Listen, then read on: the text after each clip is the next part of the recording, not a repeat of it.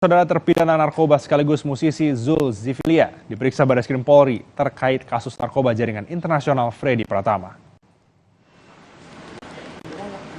Zulkiflia diperiksa Barreskrim selama 9 jam. Zulkiflia mengaku telah mengenal lama Freddy Pratama.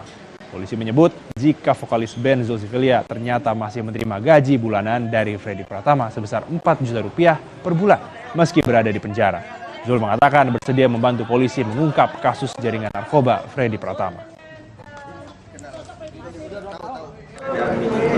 Sangat terang sekali tentang Freddy Pratama dan tidak ada satupun yang saya tutupi untuk membantu mengungkap kasus Freddy Pratama ini.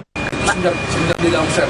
Dalam sel ada 70-80 bulan dia terima uang dari Pertama yang mana tiap bulan terima 4 juta rupiah. Itu artinya kalau jaringan Freddy di dalam di OP nih, tapi waktu 7 bulan pertama atau 2 bulan pertama aja.